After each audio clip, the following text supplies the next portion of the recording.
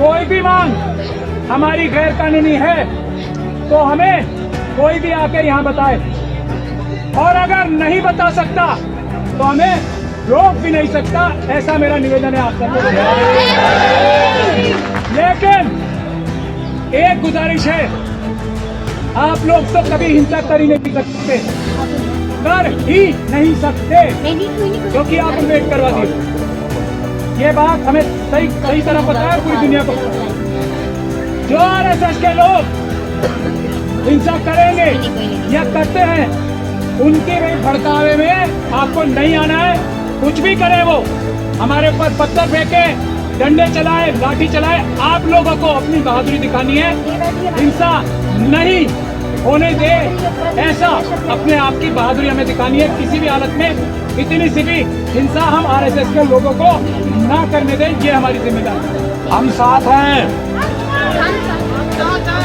हम साथ हैं, हम साथ हैं।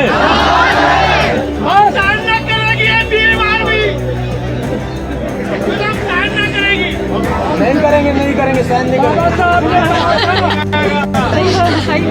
बाबा साहब ने कहा था, 1000 तलवारों से ज्यादा ताकतवर एक कलम है, वो संविधान।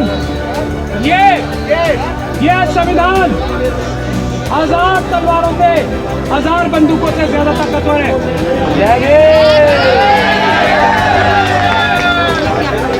बस मुझे ये निवेदन करना था।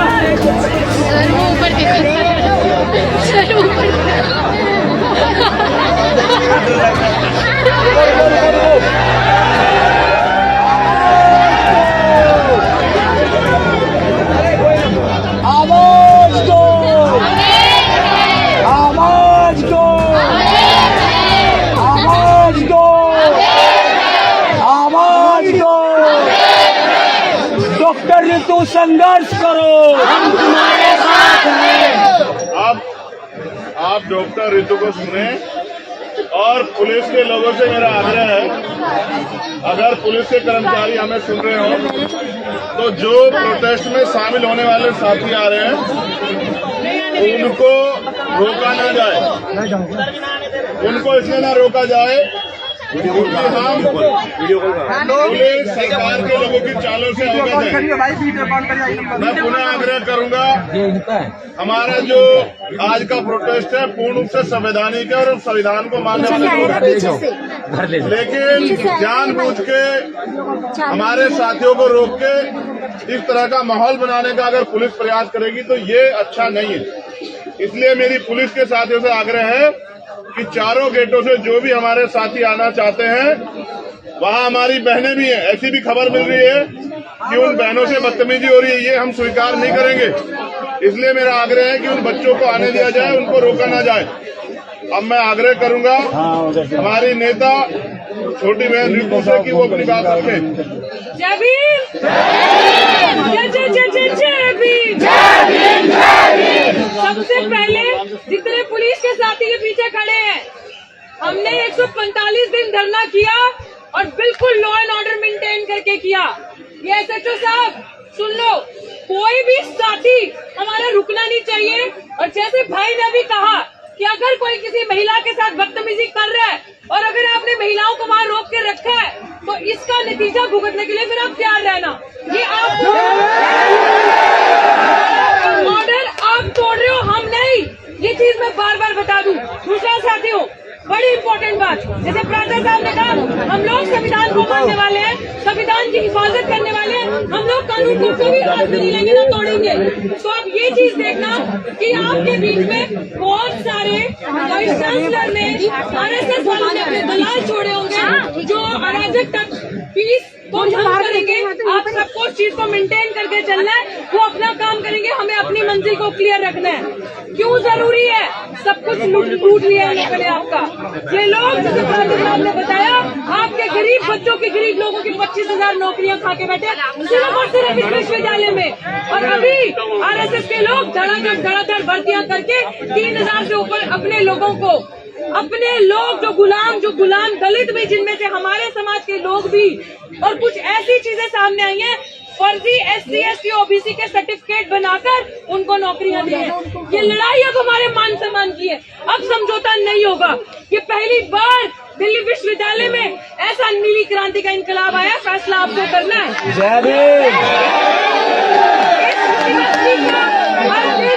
हर दिन इस यूनिवर्सिटी का भगवाकरण हो रहा है, हर दिन इस यूनिवर्सिटी में शाखाएं लग रही हैं, हर दिन इस यूनिवर्सिटी में RSS की शाखाएं लग रही हैं। जिस जगह हम प्रोटेस्ट करते हैं ठीक 10 कदम दूर RSS की शाखा लगती है, और यही पुलिस कर्मी जो खाकी के अंदर भगवा पहनकर उन लोगों को कुछ नहीं कहते और हम लोगों को रोका जाता है यूनिवर्सिटी के अंदर जाने से, यूनिवर्सिटी में अपनी बात रखने से, हक की लड़ाई, सम्मान की लड़ाई लड़ने से।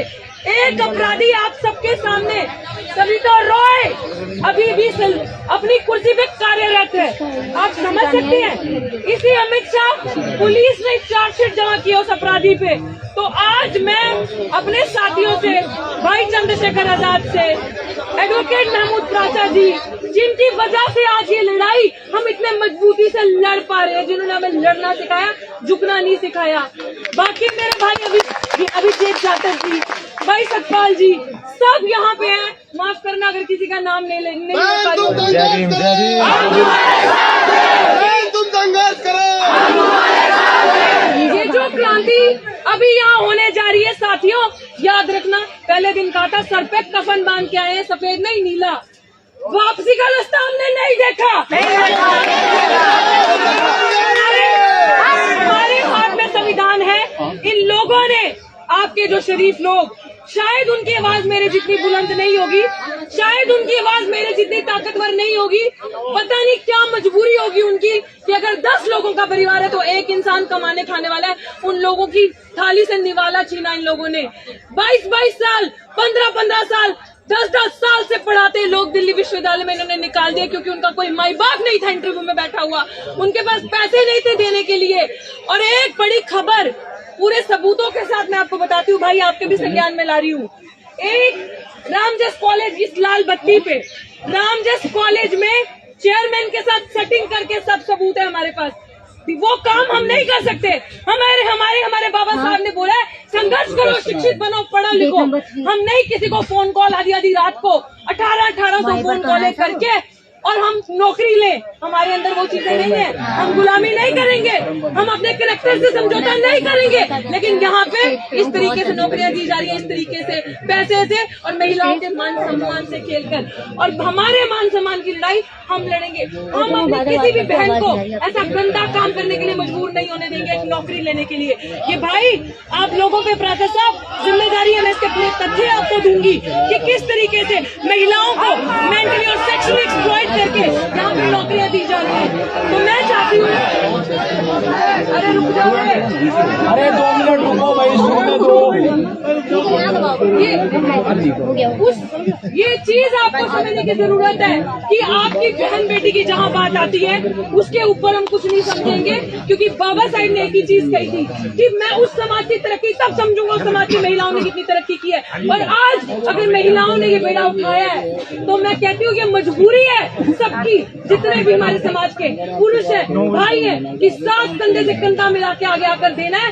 और आज जब तक वाइस चांसलर को यही पुलिस वाले बाहर नहीं लेकर आते, और ये पुलिस का फर्ज बनता है कि जहाँ पे संवैधानिक तरीके से प्रोटेस्ट हो रहा हो और संविधान को आगे रख के उसकी पालना करके मान रहे हो, तो ये रास्ता खुद खाली करेंगे। SHO साहब, DCP, ACP सब जाके वाइस चांसलर को बाहर लाएंगे और बताएंगे एक अपराधी को किस तरीके से उन्होंने अभी तक कुर्सी पे कार्यरत रखा हुआ है। यही आप सबसे कहूंगी, पीस को मेंटेन करके रखना है और हम इसी दरवाजे से अंदर जाएंगे। 4 नंबर गेट पे बंद ताले, भाई ताले बंद है हमारे लिए, प्राचा साहब ताले बंद है वहाँ पे हमारे लिए, समझ लीजिए आप। वो ताले हमें देख के बंद होते हैं। जब साथी आशुतोष या मेरे जैसे लोग जब वहाँ पहुँचते हैं विश्वविद्यालयों में तो वो ताले लगा दिए जाते हैं। मतलब हम नहीं जा सकते अंदर विश्वविद्यालयों की, ये हालत है दलित आदिवासी। अगर मैं दलाल बन जाऊँ, मैं गुलाम बन जाऊँ, अपनी आवाज बंद कर दूँ तो 1 मिनट में सब कुछ मेरे लिए भी आ जाएगा। लेकिन समझौता नहीं चाहिए। तुम नहीं खरीद सकते पैसे से मुझे कि 1 लाख की नौकरी का लालच दोगे। नौकरी नहीं। और इनकी औकात क्या है हमें नौकरी देने की? ये लोग हमें एनएफएस करते हैं, नॉट फॉर्म सूटेबल।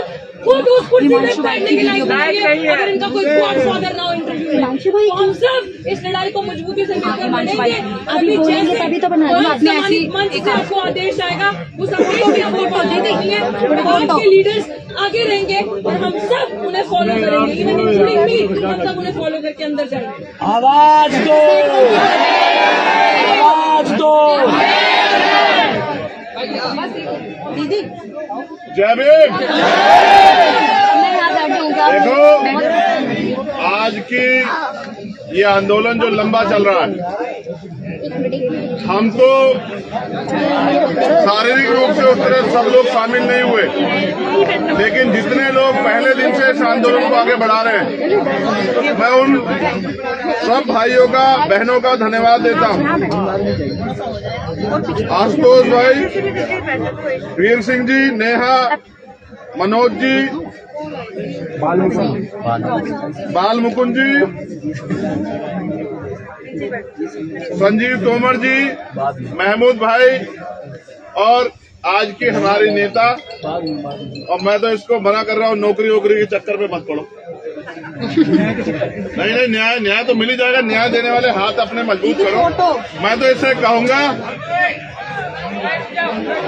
सार्वजनिक रूप से कहूंगा कि ऐसी धारदार आवाज को पार्लियामेंट में होना चाहिए। जो बात वो सड़क से इतनी मजबूरी उठा सकते, अगर पार्लियामेंट में होगी तो शायद जवाब देना मोदी जी को भी और उनके चमचों को भी भारी पड़ जाएगा। मैं उनकी हर बात से सहमत हूँ, हर मांग से सहमत हूँ। इनकी एक बात से असहमत हूँ। इन्होंने कहा कि हम जमीन पे बैठ के उनसे बात करेंगे। हम नहीं बैठेंगे जमीन पे, हम बैठेंगे कुर्सी पे। इस कुर्सी पे बैठने का अधिकार संविधान ने हमें दिया है, क्योंकि ये वकील है, अनुशासित है, इसलिए हमें कोशिश करते हैं कि हमारे आंदोलन को कोई परेशानी ना हो। ये सच है। आंदोलन को कुचलने के लिए सरकार तरह तरह के हथकंडे अपनाएगी, लेकिन याद रखो, ये भी रोटी खाते हैं, हम भी रोटी खाते हैं। हम किसी भी कीमत पे अपने आंदोलन को पीछे हटने नहीं देंगे। दूसरी बात,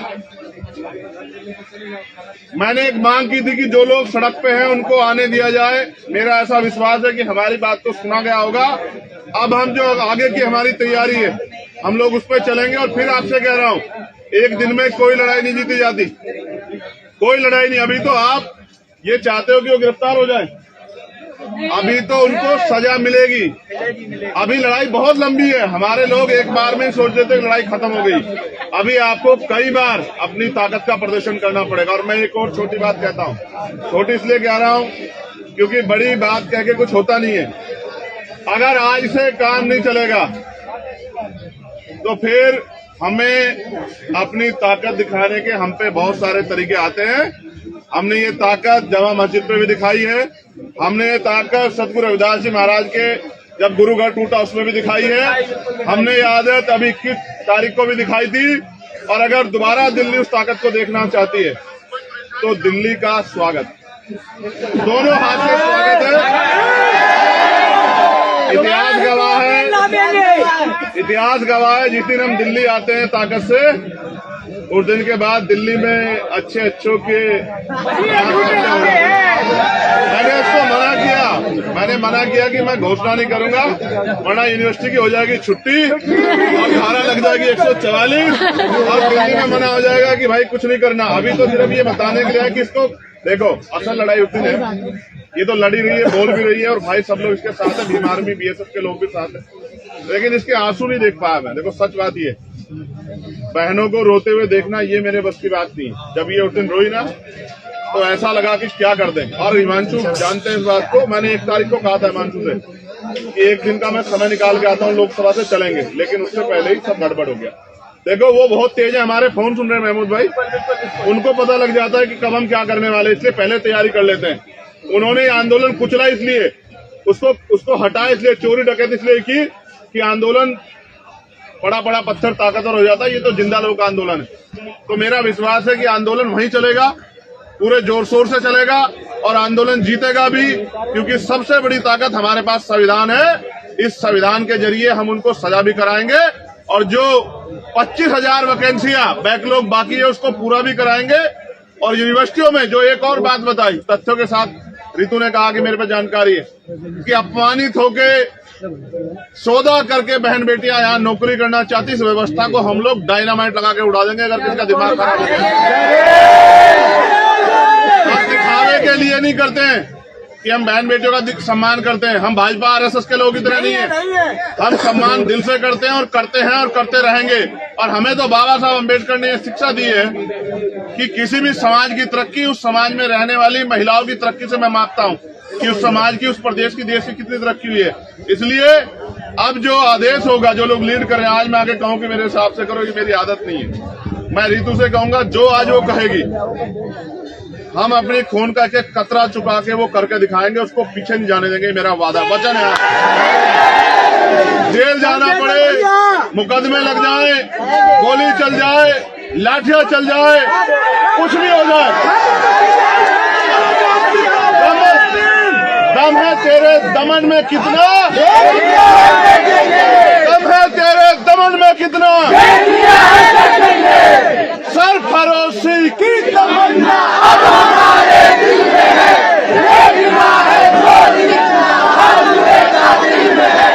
और आसमां हम अभी से क्या बताएं क्या हमारे दिल में है। दिल में जिस दिन ताकत होगी, दिल में क्या है वो तो बताएंगे, करके दिखाएंगे, लेकिन अभी तो लड़ेंगे। नहीं, एक मिनट, एक आग्रह है, आंदोलन तब कामयाब होता है जब वो अनुशासित होता है। आगे चलेंगी बहनें, कौन चलेगा आगे? और बहनों से 3 फीट की दूरी बना के चलेंगे हम लोग। अगर कोई शक्ल दिखाने, फोटो खिंचवाने, माइक के आगे खड़ा होने आया है अलग बात है, अगर कोई मदद करने आया है तो फिर अनुशासन में चलना। ऐसा नहीं कि भाग भाग के आगे जाओ। वो इस बात से आइडिया लगा लेंगे कि ये जिम्मेदार लोग नहीं है। जिम्मेदार बनो, नहीं बनोगे कुचले जाओगे। एक एक करके सबका नंबर आएगा। इसलिए धन्यवाद और आपसे आग्रह, जैसा रितु आदेश करेगी, हमारे दोनों लीडर महेश भाई, हिमांशु जी और नरेंद्र भिकूराम जैन साहब, ये तीनों हमें गाइड करेंगे। हम इनके हिसाब से रितु की बात के साथ आगे बढ़ेंगे। धन्यवाद। जय भीम।